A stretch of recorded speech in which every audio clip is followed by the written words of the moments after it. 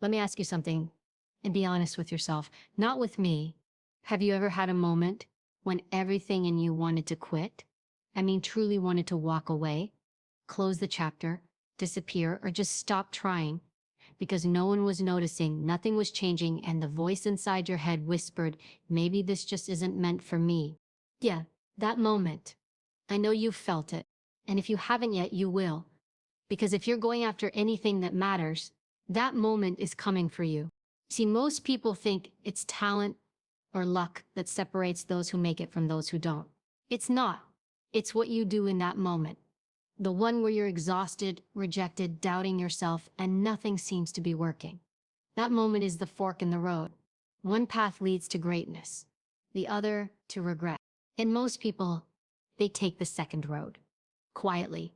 No announcement, no drama. They just slowly back away from their own potential. They shrink, they settle. But not you. Not today. You're here for a reason, not by accident, not out of boredom. Something inside you is looking for permission, for proof, for a signal that says keep going. That you're not crazy for still believing in yourself, even when the world told you to stop, even when life tried to knock the fight out of you. Let me give it to you straight. You don't need permission. You need truth. And the truth is this: you're allowed to struggle. You're allowed to be tired. You're allowed to have setbacks, tears, bad days, and doubts. But what you are not allowed to do is give up. Because every time you don't quit, every time you rise when it would have been easier to stay down, you become someone unbreakable. So sit with that and let's talk about what it really takes to not give up, even when giving up feels like the only option left. You know, everyone talks about success like it's this glamorous destination, the spotlight, the applause, the achievements neatly stacked like trophies on a shelf.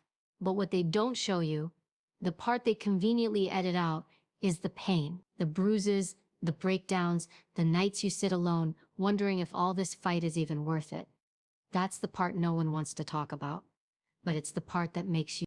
Pain is not the enemy. It's the instructor. The one that doesn't just hand you a lesson, it carves it into your bones.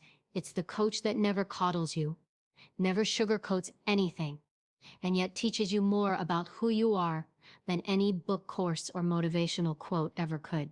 Most people run from pain. The moment something gets hard, they pull back. The moment life stops being comfortable, they ask, why me? But what if the better question is, what is this trying to teach me? Every painful moment you've been through didn't come to destroy you. It came to develop you. Think about it. What shaped you the most in life?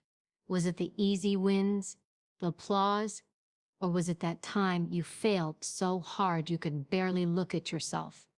Was it that heartbreak that made you question your worth?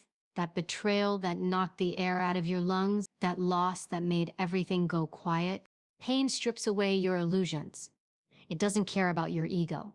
It removes the fluff. When you're in pain, the mask comes off. You stop pretending. You stop performing. And what's left is you raw, real, and exposed. That's where the real work begins. When you train in pain, you grow. Every time you push through discomfort, you are rewiring your brain to handle pressure.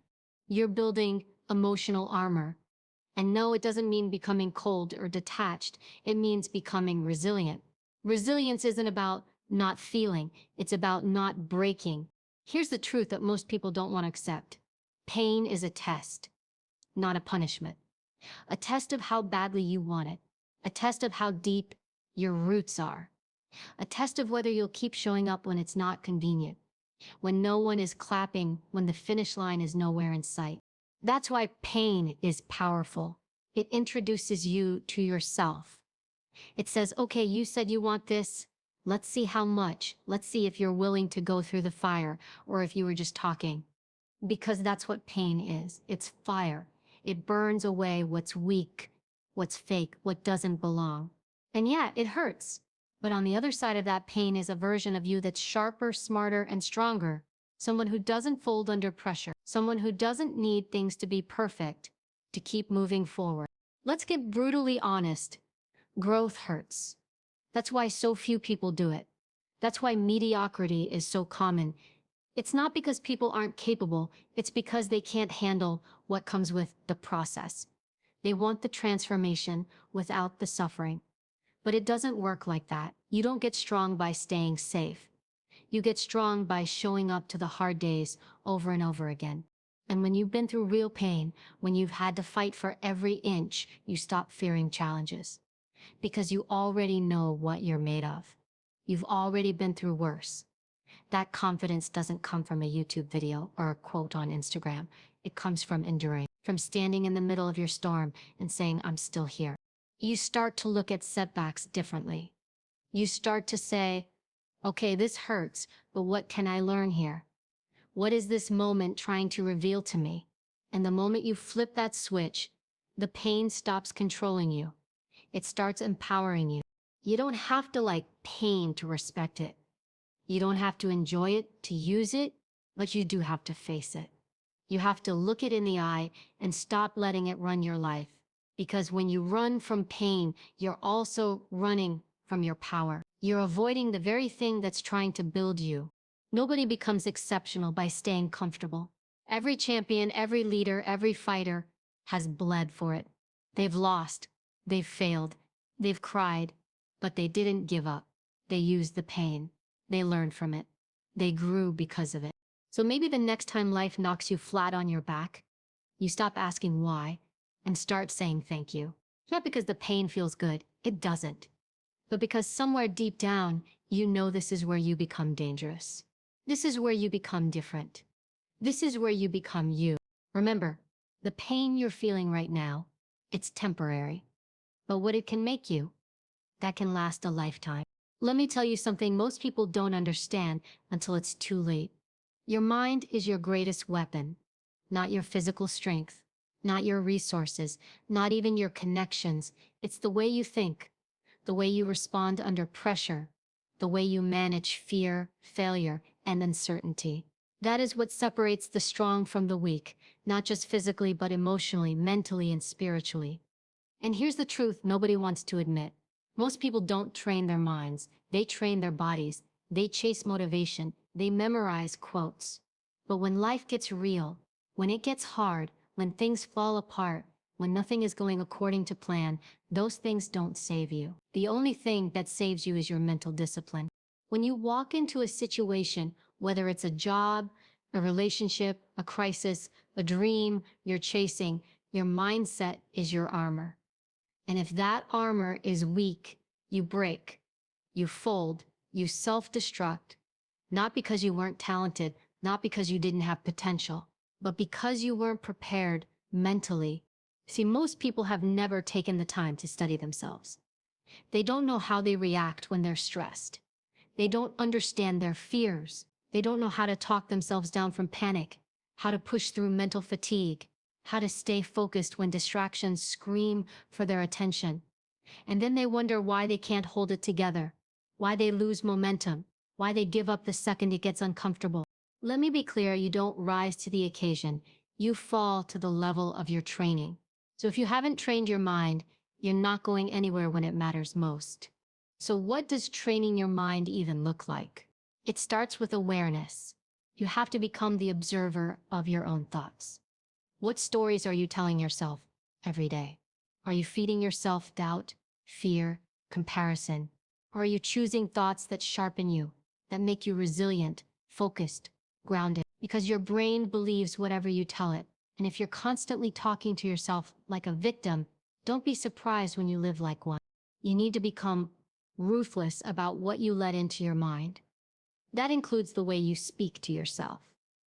Most people lose the battle before it even begins, because they've already convinced themselves they're not good enough, that they can't, that it's too hard, that other people have something they don't. You think champions don't hear that voice? You think high performers don't feel fear or insecurity? They do. The difference is they don't let that voice lead. They override it. They respond to it. They say, thank you for showing up. Fear, but you're not in charge here. The mind is a battlefield, and if you don't take control of it, something else will, your fear, your past, your pain, the opinions of others, you have to decide who is in charge up there. Is it you Or is it your excuses? Mental toughness doesn't mean you never feel anything. It means you feel it, but you don't let it stop you. It means you're scared, but you still move. It means you're tired, but you still show up. It means you're tempted to quit, but you keep going. Start paying attention to how you react under pressure. Do you panic? Do you procrastinate? Do you shut down? Or do you breathe, recenter, and handle what's in front of you? If you don't like your answer, good. That's where the work begins. And understand this, it's not about becoming robotic. This isn't about ignoring your emotions or pretending you're invincible. This is about learning to master your emotions so they don't master you. You want clarity under chaos? Train your mind. You want to stop overthinking every little thing? Train your mind. You want to stop being ruled by fear, doubt, insecurity? Train your mind.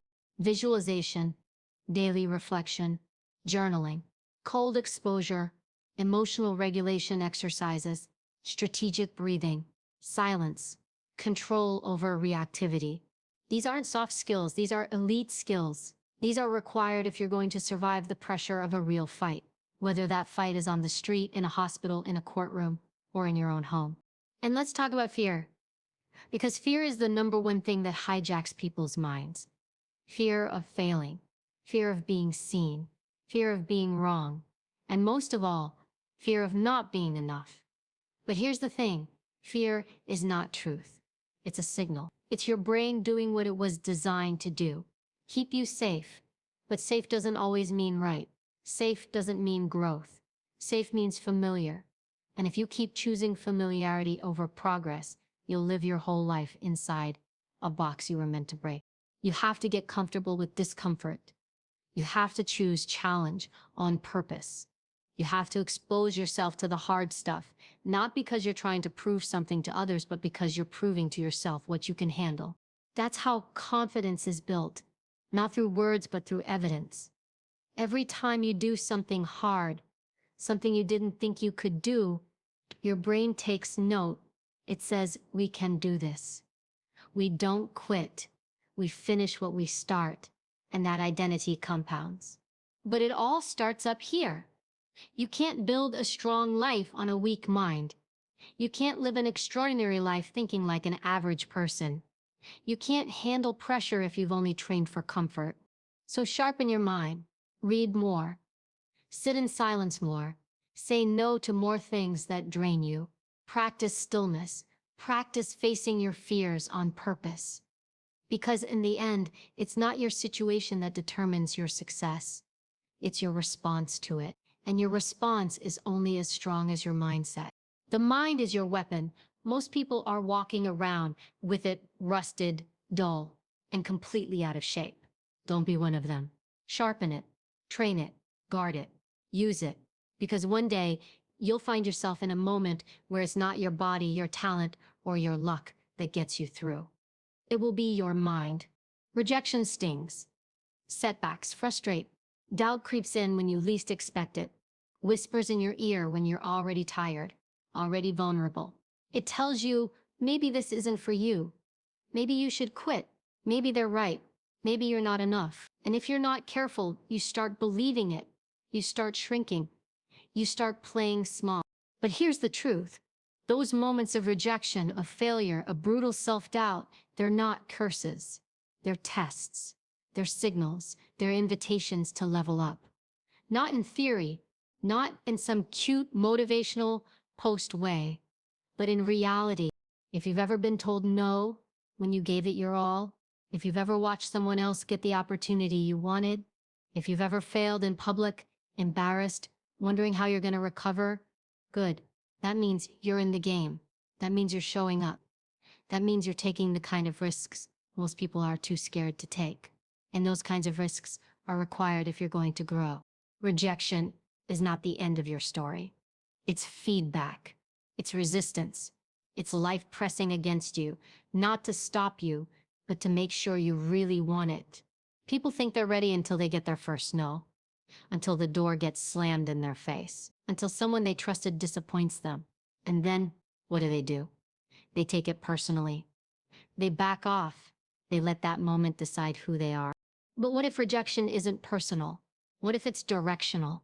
What if it's simply the path shifting, rerouting you, asking you, do you want this bad enough to go again? Because you don't get stronger without resistance. You don't get sharper without pressure. And you don't get better without failure. No one who ever did anything worth remembering got there without being told you can't. You won't. This isn't for you. Rejection forces you to find something within yourself that no one can hand you. Grit.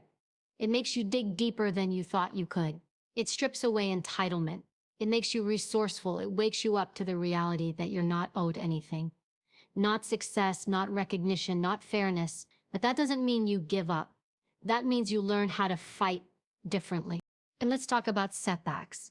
The loss, the detour, the failure that felt like a punch to the gut. That moment when you were doing everything right, working hard, staying focused, and life still blindsided you. You didn't see it coming, and now you're stuck wondering what it all meant.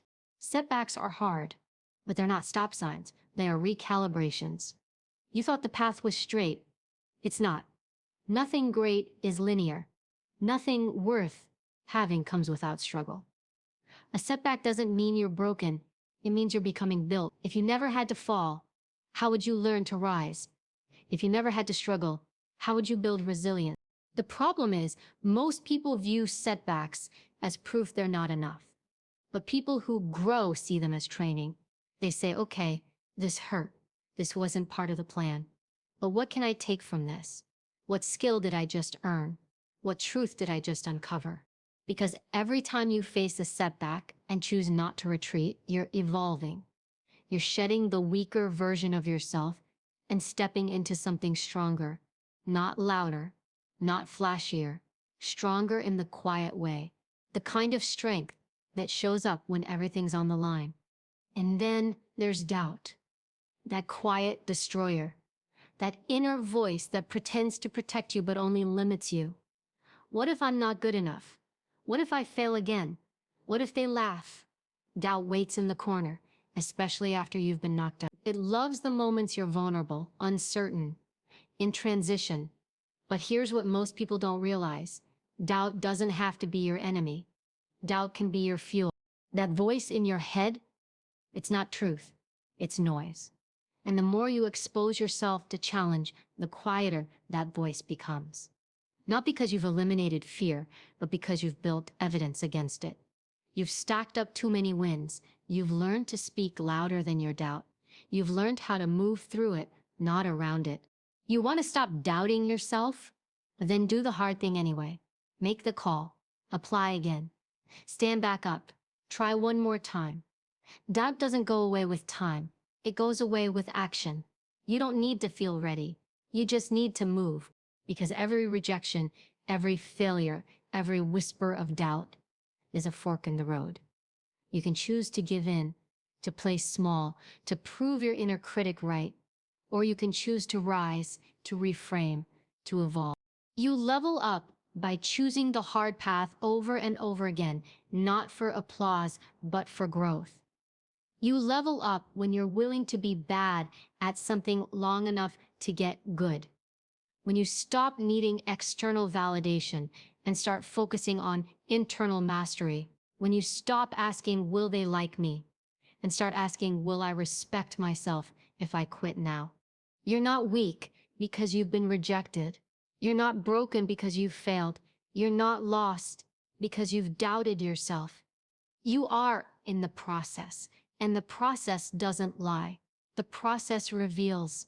It reveals who's willing to keep showing up when the shine wears off, who's willing to keep moving forward when the noise gets loud and the road gets long.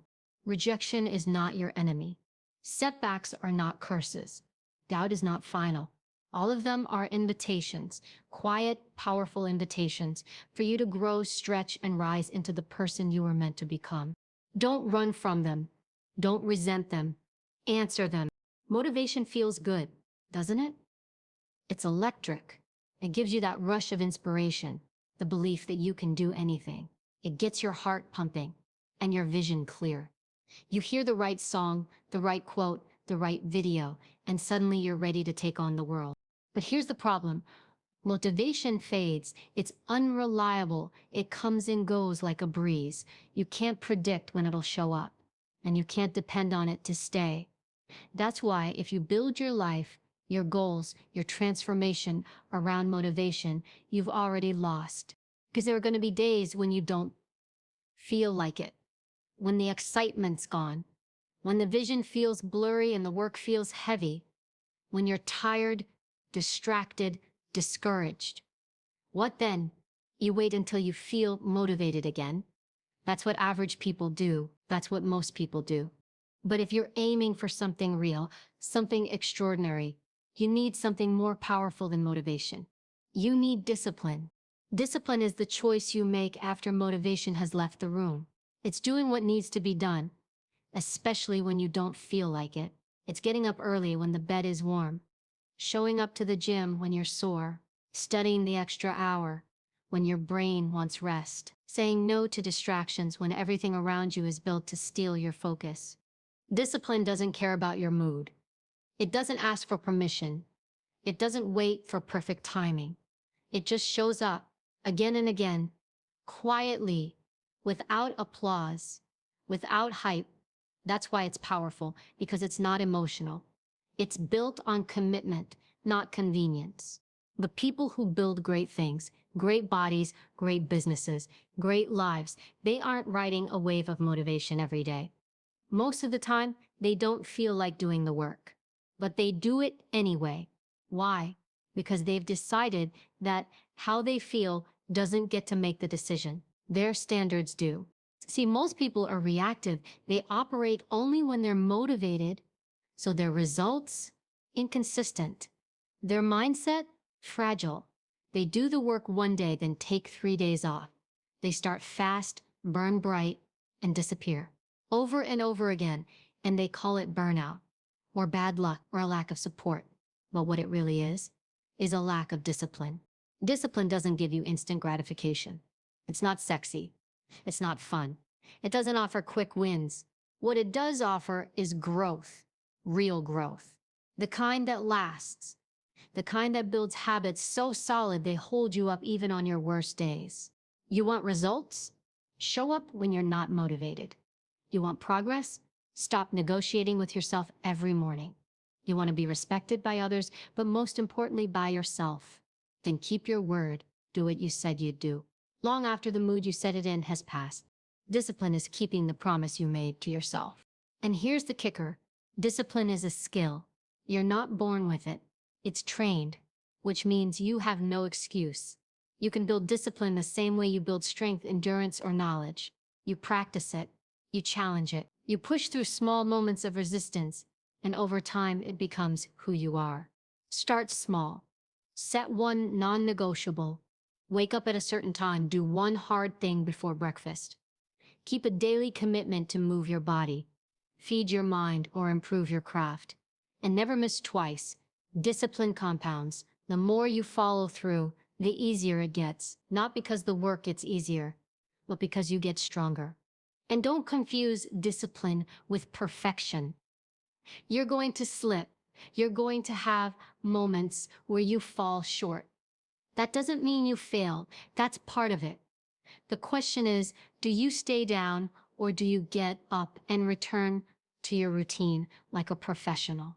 Amateurs wait to feel ready. Professionals show up, no matter what. You want to change your life, then you need to act like a professional. And that means building a structure that doesn't bend every time your emotions do. That means having systems, boundaries, routines. That means saying no to short-term pleasure for long-term gain. Not because you hate pleasure, but because you've tasted something better, growth. Discipline gives you freedom. That's the part most people don't see.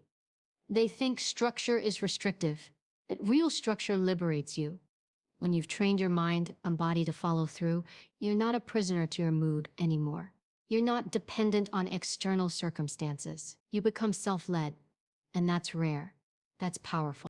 Motivation might get you started, but it will never take you to the finish line. That belongs to discipline. That belongs to the you who does the work when no one's watching, when it's hard, when it's boring, when you're tempted to quit. Every time you choose discipline over comfort, you're proving something to yourself. You're proving that you're not driven by impulse. You're not owned by laziness. You're not at the mercy of your excuses. You're in control. And once you know that about yourself, once you realize you can count on you, everything changes. So the next time motivation fades, and it will, don't panic. Don't wait.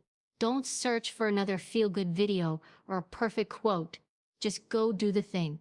Quietly, relentlessly, repeatedly.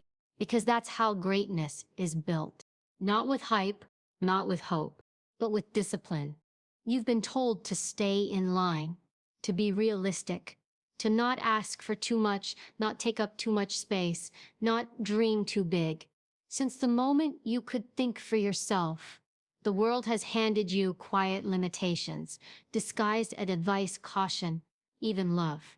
Play it safe. Don't get your hopes up. Not everyone makes it. And at some point you started believing it. Not all at once. Slowly. You started second-guessing your ideas, shrinking your voice, editing your dreams. You traded boldness for approval, replaced action with hesitation. You let fear disguise itself as logic, and over time, you forgot what you were made of. But here's the truth: you are more powerful than you've been told. Your strength didn't disappear. It's not gone. It's just buried.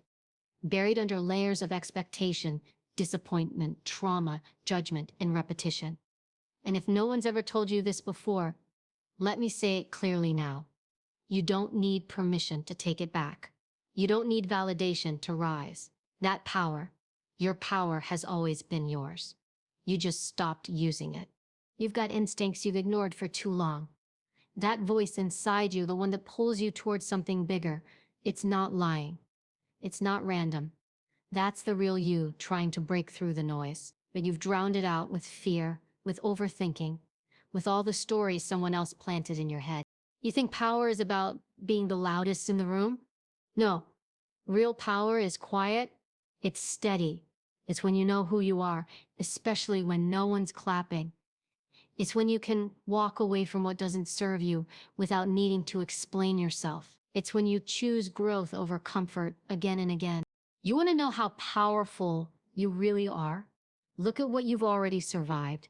Look at the things that tried to break you emotionally, physically, mentally, and didn't. Look at how you've adapted, at the fact that you're still here, still curious, still wanting something better. That's not weakness, that's strength in its rawest form. Most people don't even realize the cage they're living in because it's made of invisible bars, beliefs, fears, opinions, rules they never agreed to.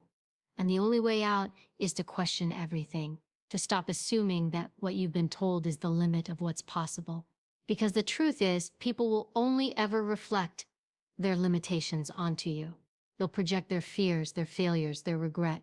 And if you're not careful, you'll wear their fear like a second skin. But you don't have to. You can strip it off. You can decide right now that your potential isn't up for debate, that your capacity is bigger than what anyone else sees. You can start acting like the most powerful version of yourself, even if you don't fully believe it yet. Because that's how belief works. It grows with action. You don't wait until you feel powerful, you act powerful, and the confidence catches up. You think courage feels good? It doesn't. Not at first. Courage feels like shaking hands, a pounding heart, a dry throat. Courage is uncomfortable. Courage is lonely. Courage is the moment you step forward while everyone else stays back. But it's also the moment everything begins to change. You don't need to be fearless. You need to stop waiting for fear to leave. It won't. Power is not the absence of fear. It's the refusal to let fear decide who you become. You want to see how powerful you are? Start doing the thing you keep putting off. Have the hard conversation. Make the scary decision. Stop trying to be liked and start trying to be real. That's power. Choosing authenticity over approval. Stop apologizing for being ambitious. Stop diluting yourself to make others comfortable. Stop pretending you're less capable than you are just so you don't intimidate someone else. Shrinking doesn't serve anyone, not you and not the world. You were not built to be small. You were built to expand, to evolve, to lead, to create, to challenge, to rise. But you cannot do that if you're still operating from old programming. You have to rewire your beliefs. Train your mind to stop asking, "Can I do this?" and start saying, "How can I do this?" That shift alone changes everything. Your job isn't to be perfect. It's not to have all the answers. Your job is to show up, to take responsibility, to use the power you've always had, but maybe forgot. Your words, your presence, your energy, they carry weight, but only if you own them. Only if you stop hiding. And yes, some people will be uncomfortable with your growth. Some people will misunderstand you. Some will judge you. Let them. That's their story, not yours. Your power isn't up for a vote. So take the risk. Make the move. Raise the standard. Say the thing. Be bold enough to bet on yourself. Even when you're scared, even when it's unpopular, even when it would be easier to sit down and play small. Because here's what no one tells you. Most people don't reach their potential, not because they didn't have it, but because they never tried to find it. They listen to the world instead of listening to themselves. But you're done with that. You don't need to become someone else to be powerful. You need to remember who you were before the world made you forget, before fear took over, before you gave up parts of yourself just to fit in. You are more powerful than you've been told.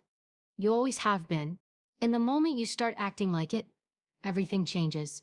Everything you've ever needed has always been within you. Not in some vague motivational cliche, but in real, tangible truth. The discipline, the strength, the resilience, the fire. It's all there, waiting to be used. Not when the timing is perfect, not when life is easier, but now. Stop waiting. Stop asking for permission. Stop shrinking into the version of yourself that makes others comfortable. The world doesn't need more people playing it safe. It needs people willing to rise, people willing to bleed for what they believe in, people who refuse to back down. Not because it's easy, but because they made a decision that they would not be ordinary. You don't have to feel ready. You just have to be committed. You don't need to know exactly how you'll get there. You just need to start walking. One step, one choice. One promise kept at a time. And when motivation fades, and it will, you fall back on your discipline. When doubt speaks, you answer with action. When fear whispers, you keep going anyway. You are not here to merely survive. You are here to lead, to fight, to create, to leave something behind that matters. So don't give up, not now, not ever. Because the only way you lose is if you quit. And you didn't come this far just to break. You came this far to break through,